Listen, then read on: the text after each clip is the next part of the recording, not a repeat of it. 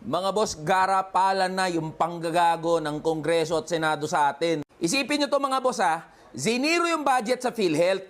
Sabi kasi ni Senadora Grace Poe ng Senate Committee on Finance, kailangan daw kasi pondohan yung ibang proyekto at programa ng gobyerno. Wala naman sanang problema yan eh. Ganyan naman talaga ang realidad ng pagbabudget. Pero putang ina nyo naman mga senador at mga congressman, lalong-lalo ka na Martin Romualdez. Ziniro nyo yung budget ng PhilHealth para pondohan kuno yung ibang mga proyekto at programa.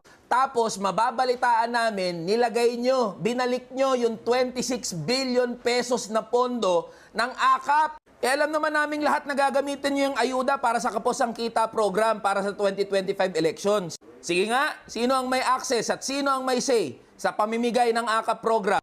Di ba mga congressman? Di ba mga senador? Kaya nga 21 billion yung nilagay nyo sa Kongreso, tapos 5 billion sa Senado.